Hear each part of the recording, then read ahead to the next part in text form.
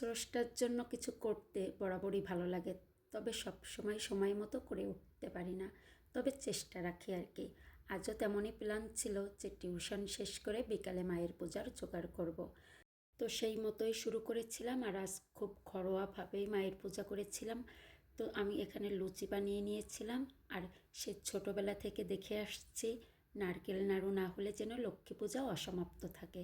তো তার জন্য একটু নারকেলের নাড়ুও করে নিয়েছিলাম।